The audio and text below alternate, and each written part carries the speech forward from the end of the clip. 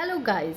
तो आज मैं फिर आ गई हूँ एक छोटी सी स्टोरी के साथ। किसी ने बड़े कमाल की बात कही है कि आपके कर्म ही आपकी पहचान है, वरना इस दुनिया में एक ही नाम के काफ़ी इंसान हैं। तो एक छोटी सी स्टोरी मैं आप सबके लिए लेके आई हूँ और ये स्टोरी है जादूगर की। एक जादूगर था जो कि बहुत बड़े बड़े जादू करता था, बहुत अच्छे जादू करता था और बहुत ही फेमस था। तो एक दिन राज दरबार से राजा ने कहा कि उस जादूगर को मेरे दरबार में लेके आओ और मैं भी देखना चाहता हूँ कि वो कैसे जादू करता है।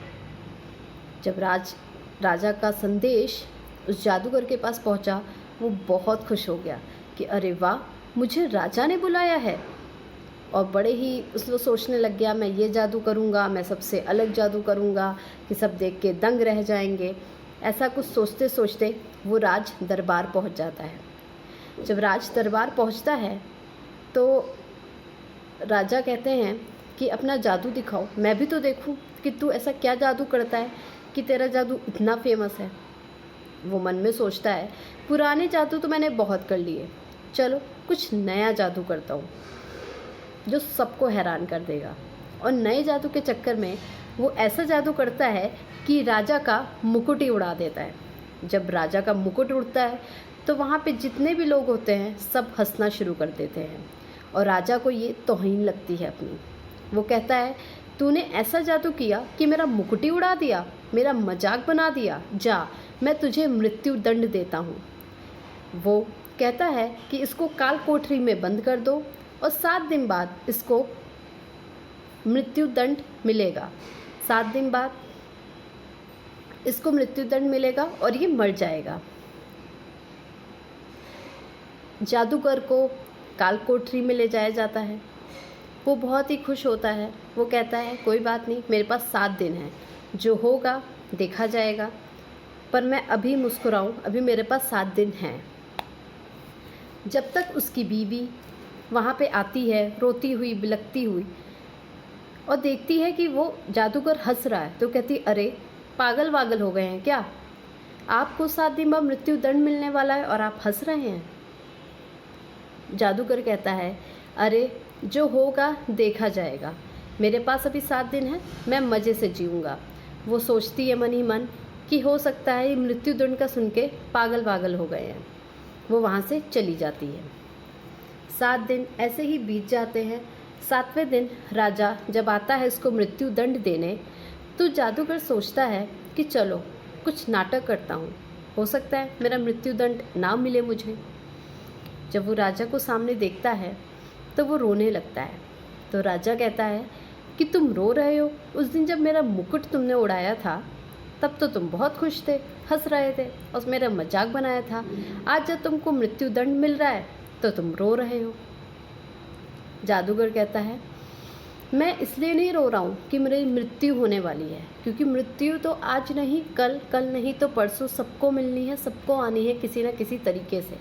तो मुझे मृत्यु से डर नहीं लगता और ना ही मैं मृत्यु के लिए रो रहा हूँ।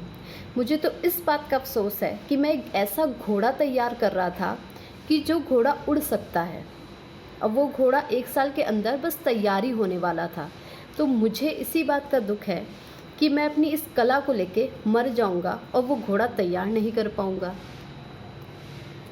अब राजा कहता है, सोचता है वो मन ही मन में कि अरे उड़ने वाला घोड़ा, वाह, ये तो बड़ी अच्छी चीज़ है। अगर ये मेरे पास होगा तो मैं सारी युद्ध जीत जाऊंगा और शक्तिशाली हो जाऊंगा। तो वो कहता है, ठीक है, अगर तुम उड़ने वाला घोड़ा तैयार कर रहे हो तो मैं तुम्हारा मृत्यु दंड अभी थोड़े दिन के लिए रोक देता हूँ। तुम्हारे पास 1 साल है और 1 साल बाद अगर तुमने मुझे उड़ने वाला घोड़ा नहीं दिया तो तुम्हें मृत्युदंड जरूर मिलेगा। राजा चला जाता है। जादूगर खुशी खुशी अपने घर पहुँचता है। जब वो घर पहुँचता है तो वो देखता है कि वहाँ पे सब उसके रिश्तेदार आए हुए होते हैं, उसकी पत्नी, सब लोग रो रहे होते हैं। वहाँ पे पूरा दुखी माहौल होता है और जब वो जादूगर को देखते हैं तो सब खुश हो जाते हैं और शौक हो जाते हैं। तो उसकी पत्नी कहती है, अरे आप यहाँ पे कैसे? तो वो कहता है कि मैंने राजा से एक वादा किया है कि मैं उनको 1 साल बाद उड़ने वाला घोड़ा दूंगा। वो कहती उड़ने वाला घोड़ा, आपने वादा तो कर दिया पर ऐसा घोड़ा तो हो ही नहीं सकता। फिर 1 साल बाद क्या होगा, आपको 1 साल मृत्युदंड मिल जाएगा। वो कहता है अरे भाग्यवान, कोई बात नहीं, 1 साल तो है हमारे पास, हम उसको आराम से जिएंगे, हंस के जिएंगे, बाकी जो होगा देखा जाएगा। वो कहता है फिर से आपका भाषण शुरू, जो होगा देखा जाएगा, ये भाषण अपना बंद कीजिए और चलिए। कुछ दिन ऐसे ही बीत जाते हैं। 6 महीने बाद खबर आती है कि राजा की डेथ हो गई। राजा मर जाता है। 3 महीने में घोड़ा मर जाता है। ना राजा बचता है ना घोड़ा बचता है, कहानी वहीं ख़त्म हो जाती है। तो छोटी सी प्यारी सी कहानी है और राजा का वो फंडा, जो होगा देखा जाएगा, ये काम आ जाता है। हमेशा हम लोग क्या करते हैं, हमेशा ये सोचते हैं कि अरे कल क्या होगा, अरे आज तो जी ले, जो होगा कल देखा जाएगा। एक छोटा सा बच्चा भी अगर कल उसका एग्ज़ाम होता है तो वो ये सोचता है कि कल कैसा होगा, अरे आज तू प्रिपरेशन तो कर, जो होगा कल देखा जाएगा। तो जो होगा वो देखा जाएगा, ये फंडा पे भी हम जी सकते हैं। बड़ा ही मस्त फंडा है, जो होगा देखा जाएगा। आज का दिन है, आज अच्छे से जियो, जो कर सकते हो, जो करना चाहते हो वो करो, जो होगा कल वो देखा जाएगा। इस टेंशन में हम अपना ये पल क्यों ख़राब करें। तो मैं लास्ट में बस यही कहना चाहूँगी, आज में जिए, आज में रहे, आज में मुस्कुराए, जो कल होगा वो आपके कर्म डिसाइड करेंगे। तो इसी के साथ ये छोटी सी स्टोरी पर इतना बड़ा मॉरल कि आपका टेंशन ज़रूर थोड़ा बहुत तो कम हुआ ही होगा।